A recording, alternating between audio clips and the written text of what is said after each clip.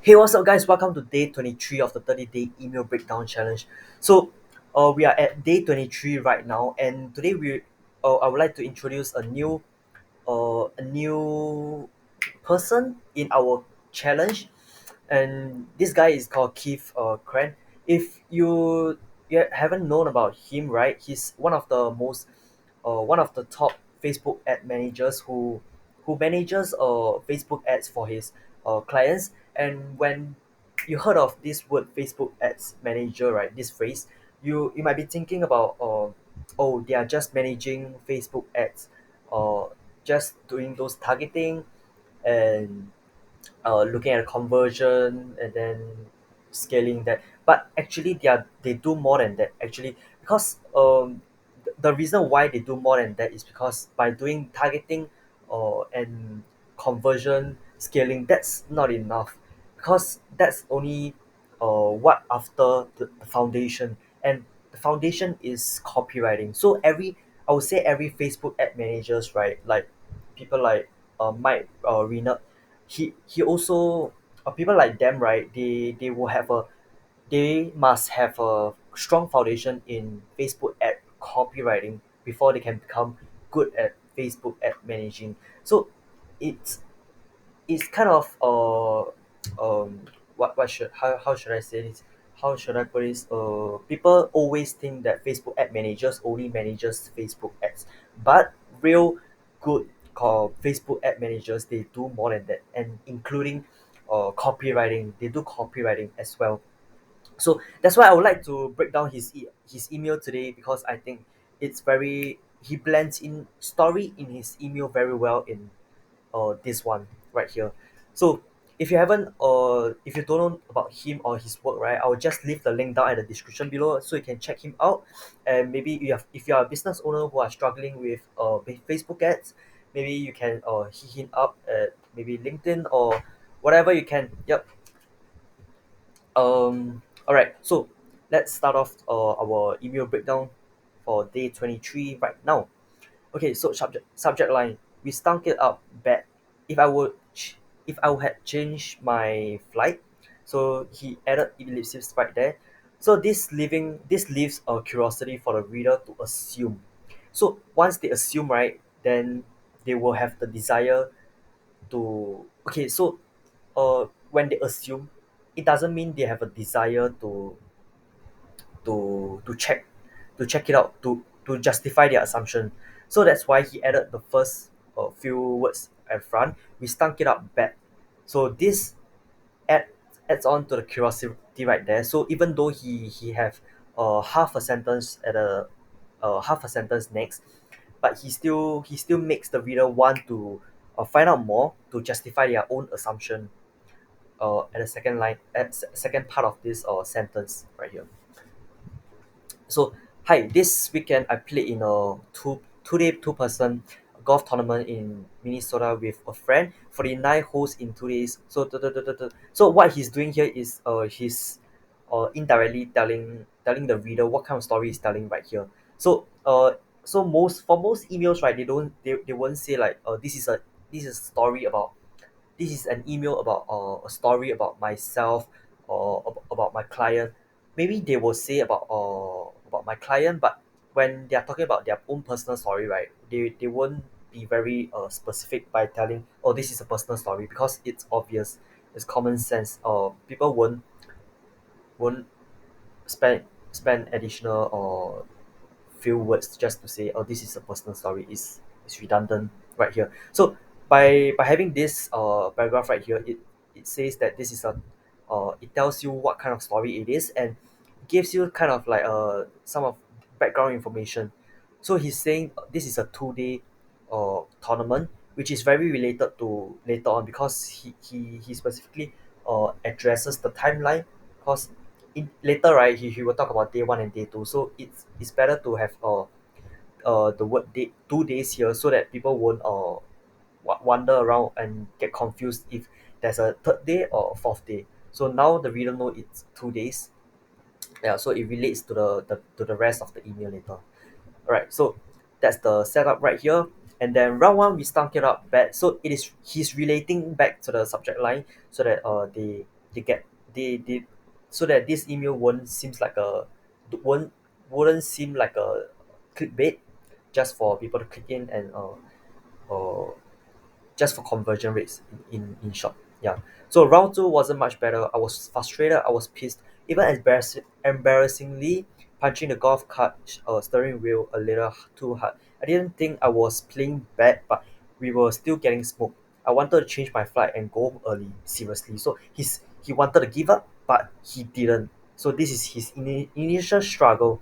So he's quite pissed off, frustrated because he didn't do quite well. So this is his initial struggle. So maybe he's not quite good at playing golf, or maybe the others are more better than him. So yeah, so that's the thing. That's his initial struggle. And the funny thing is that tournament was a micro microcosm of crosm of running ad campaigns on Facebook or YouTube. Things usually doesn't don't start well. The randomness of the algorithm and that crush the campaign. So this is touching a little bit on the main main subject. So this is like kind of like giving a pre-frame to the audience that okay, so after this story I will be transitioning to Facebook ads, so be prepared for that.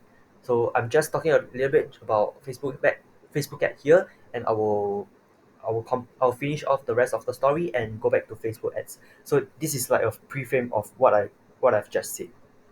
So he's stating bullets by and talking about a similarity between golf tournament and the subject. And only the winners of each flight owned after 2 days make the final shot out final shootout Saturday afternoon, where everyone in the field. Okay, so the winner then heading to the third match. We were almost in dead last, so they continued struggling, but they didn't give up. Keith and his friend, yeah, so his friend, yeah, and then okay, they make minor adjustment, and the third match, they played better, won their match, and get some respectable points on day two. So day two, so this is the last day.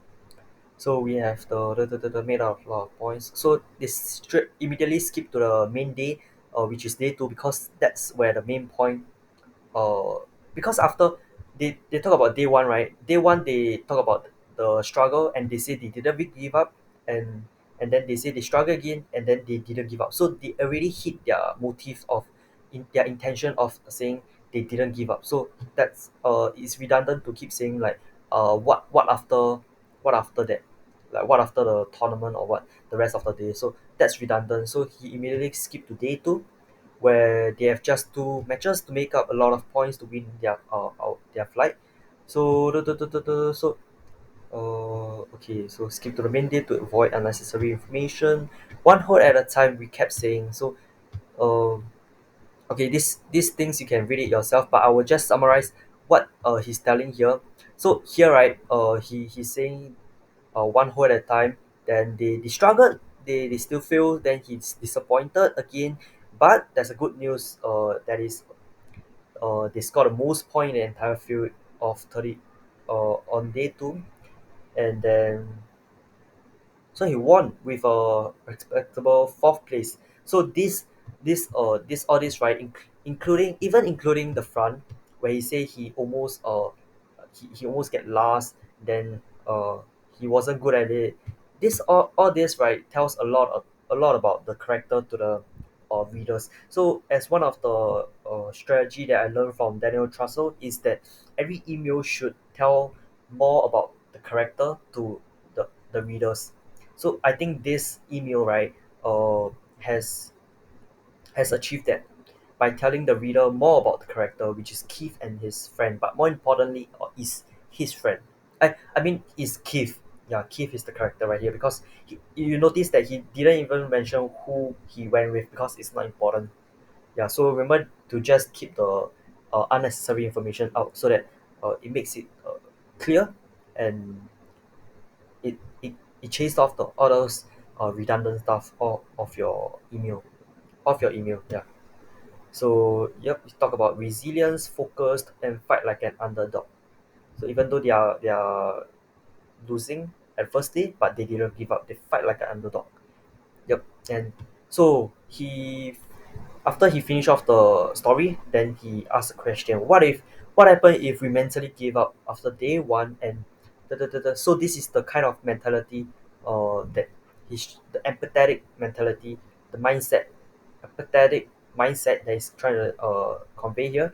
Then if they were to have this kind of mindset, this kind of empathetic mindset, they will probably play like most everyone else, and uh, then maybe we will play pretty decent, but we will really yeah, yep. So I see this apathetic mindset. So he's linking this this question, this mindset down here. So I see mindset, this apathetic mindset in Facebook and YouTube ads world all the time. So this is transition using the question above to convey the apathetic mindset in running ads. So in short, that's the meaning of it. And then he's using quote from he's quoting what his audience is talking about day to day, in a day-to-day basis, like maybe he go in forum to see what's the questions, what's the comments his audience is leaving, and then he pick it up from there and then just paste it right here. So he just quote it right here, and then yep, and then I think that he really uses this sentence well, because if you're just telling the reader that because the main point here is to never give up. So by telling them never give up, right, is pretty hard, because it's kind of like saying, oh, don't give up, don't give up, don't give. So people know that you are telling them don't give up, but how, why don't give up? Then it's like kind of unrelatable right there. If you were to just tell the story and tell them not to give up, is people won't act, because it's not convincing enough. So but by telling this quote and this advice, by having this speech right here, try making some serious adjustment, I say. So by having this speech right here, right, I think it makes them it's more convincing, in a way that it flows well from the story to the uh, to the to the end, to the close. Yeah, it flows well. So it's not just like I bump into a random a stranger, and then I just tell him, hey, buy my product, buy my product. So instead give his reader a little bit of a context right there, which is which is the transition right here. Then he started giving advice. So the way he presents his advice is by having this speech right here.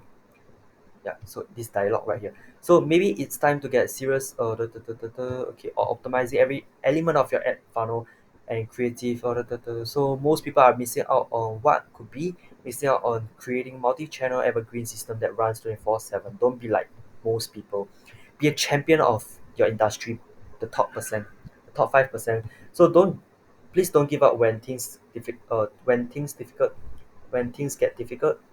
You might be surprised how close actually actually to getting an industry leading social at machine learning. So let's do this.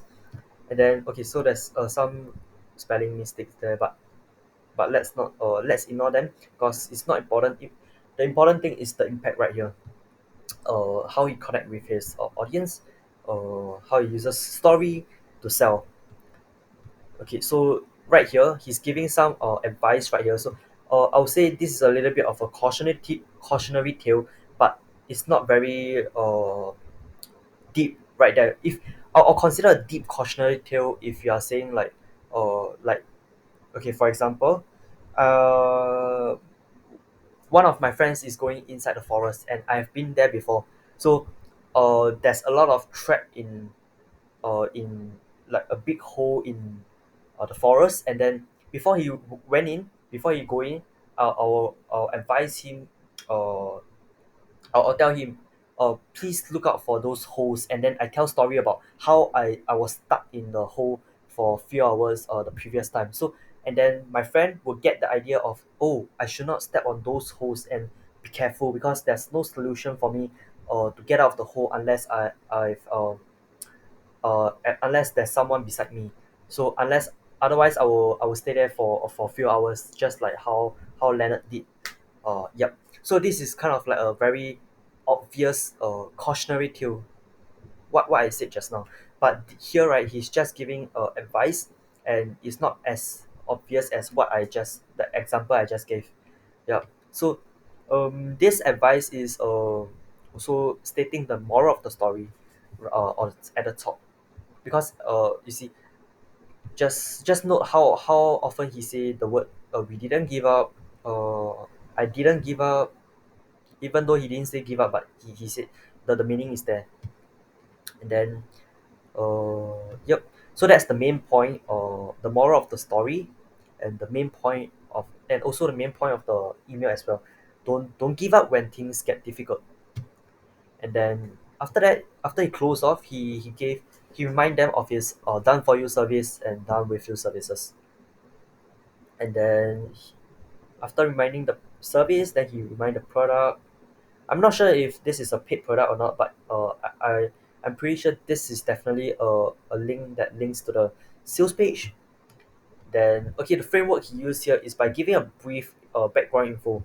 The Just note that the info is important, so that they know that it's 2 days, there's two people, so that when he's using the word we, it relates. Then okay, with an exception for a team with most point, yep.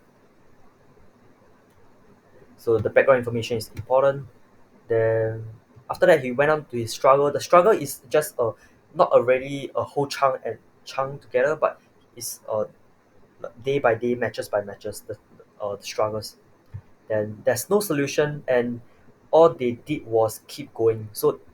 Uh, so as you can see, right, they keep going. There's not really a solution. There's no really a solution there, not no really an obvious solution right there. So they just saying they did adjustments, they did serious changes here and there, then they keep going.